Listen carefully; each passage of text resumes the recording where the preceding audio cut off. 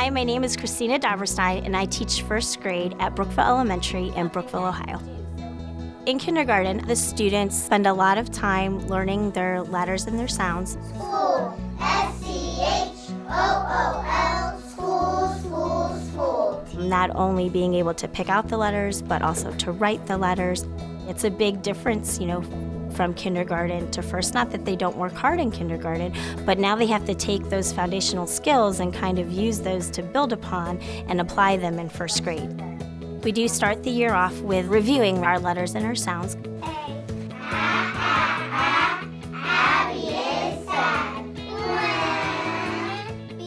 Then we'll start teaching them some of those long vowel teams like EE and EA, IGH, just all the different combinations that a chunk can make. And the students are going to move from CVC words or consonant vowel consonant words like cat, and then they'll work their way up to more complex words.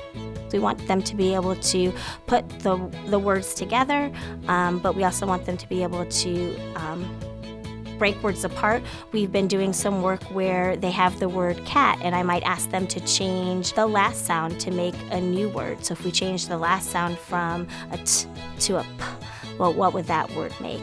So we're going to do a lot of work with using what we know about words and how we can build upon that to help us with other words.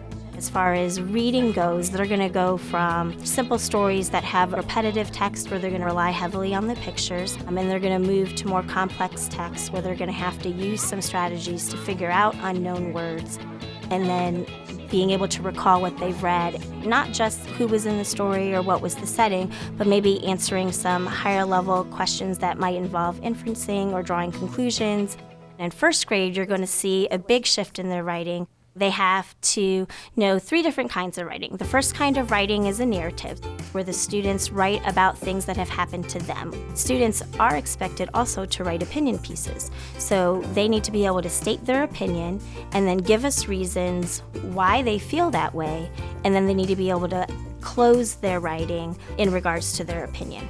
And then the last type of writing is to be able to write an informational piece where they might give me information about a topic. So to be able to state the topic, give me some details, or teach me about that topic, and then again have some kind of closing to wrap everything up.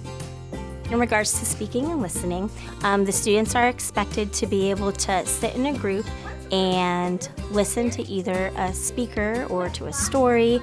So if someone is talking, knowing, okay, I have to wait my turn. If I want to say something, I raise my hand, and making sure that one person is talking at a time so everyone can share their ideas.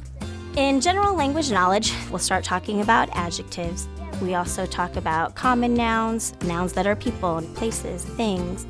We're able to talk about synonyms and antonyms when we learn a new word. So if you are befuddled, something confuses you.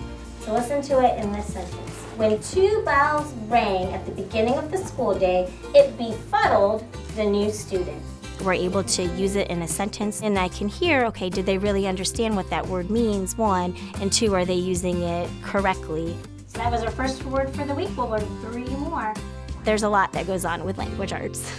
The thing I like most about teaching language arts is that language arts is not just during language arts time. I can incorporate a lot of the other subjects, like with science and social studies. So we're learning about plants, and we read a fiction story in reading, and then in science we were able to read a nonfiction book. And it's just a really nice way to tie in language arts standards when I can bring in social studies and I can bring in science. So the kids are learning that content, but then we're also talking about those language arts standards as well. So from the beginning of the year, I think the difference that parents would see is just their independence and their comfort level as the year goes on. You're going to see them really just be more confident in themselves, in their ability to write things down, in their ability to figure out those unknown words. Something that parents can do to support their learners in first grade is reading to them. You reading to them helps them hear what a fluent reader sounds like. You can ask them questions from the book to see if they can recall and answer key details from the text. And even if you're reading a higher level text, that's good too, because the students are going to be exposed to new vocabulary words. If you can get books that are at their level, you'll want your child to be reading that book to you, so then your child can practice the strategies they learned in class to attack a word they may not know. My key advice for the parents would be to know that your child can do it. All learners are different. Talk with the teacher and ask if there's anything else you could do at home to support their learning. But just know that your child is going to learn lots of great things in first grade, and they're going to be a totally different person from when they came in to the end.